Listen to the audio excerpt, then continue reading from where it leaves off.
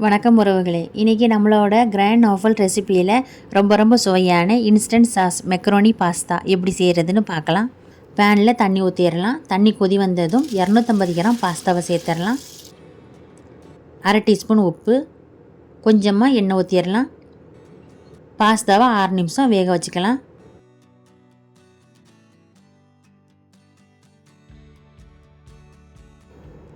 Pasta சாஃப்டாக வெந்து வந்துருச்சு. தண்ணியை வடித்து எடுத்துடலாம்.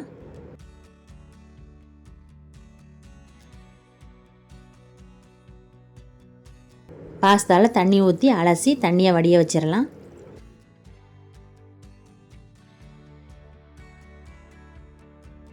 அரை டேபிள் ஸ்பூன் எண்ணெய் ஊற்றி கலந்து விட்டுறலாம். பாஸ்தா ஒன்றோடு ஒன்று ஒட்டாமல் வளராமல் இருக்கும். பாத்திரத்தில் தண்ணி ஊற்றிடலாம். 3 மீடியம் சைஸ் தக்காளி, நல்ல பழுத்த புளிப்பான தக்காளி எடுத்திருக்கேன். இந்த மாதிரி நீங்களும் எடுத்துக்கோங்க. தக்காளி சேர்த்து வேக வச்சுக்கலாம். சாஸ் எதுவும் ஊற்ற போகிறது இல்லை. தக்காளி வெந்துருச்சு, எடுத்து ஆற வச்சிடலாம். தக்காளி சூடு ஆறிடுச்சு, தோலை உரித்து எடுத்துக்கலாம்.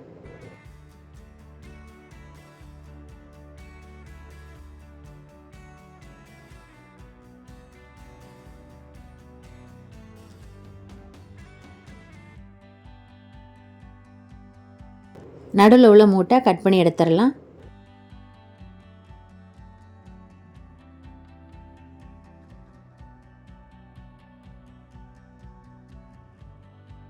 தண்ணி ஊற்றாமல் நல்லா நைஸாக அரைச்சி எடுத்துக்கோங்க. 3 டேபிள் ஸ்பூன் எண்ணெய் ஊற்றிடலாம். எண்ணெய் சூடானதும் பொடிசாக கட் பண்ண 1 டேபிள் ஸ்பூன் பூண்டு சேர்த்து வதக்கிக்கலாம்.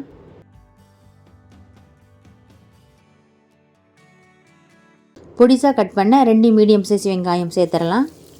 கொஞ்சமாக உப்பு சேர்த்து வதக்கிக்கலாம். வெங்காயம் இந்த அளவு வதங்கியதும் அரை டேபிள் ஸ்பூன் இஞ்சி பூண்டு பேஸ்ட் சேர்த்து பச்சை வாசனை போகிற வரைக்கும் வதக்கி விட்டுறலாம்.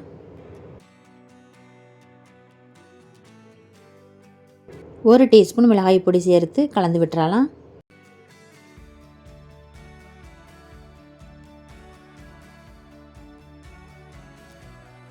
ஒரு கேரட்டை கட் பண்ணி சேர்த்துடலாம். பொடிசாக கட் பண்ண 4 பீன்ஸ், 3/4 கப் கோஸ் சேர்த்துடலாம். கொஞ்சமாக காய்க்கு தேவையான அளவு உப்பு சேர்த்து கலந்து விட்டுறலாம்.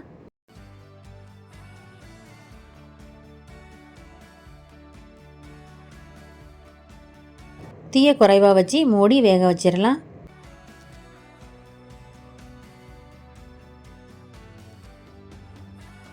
போட்ட காயெல்லாம் வெந்துருச்சு. அரைச்ச தக்காளியை சேர்த்து கலந்து விட்டுறலாம்.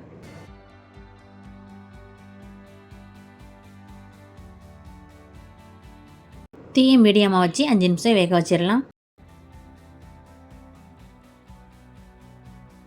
1 டீஸ்பூன் சர்க்கரை சேர்த்து கலந்து விட்டுறலாம். தக்காளி சாஸில் இனிப்பு புளிப்புத்தன்மை சேர்ந்துருக்கும். வேக வச்சுருந்தா பாஸ்தாவை சேர்த்துடலாம். மல்லி இலை சேர்த்து நல்ல ஒன்று போல் கலந்து விட்டுறலாம்.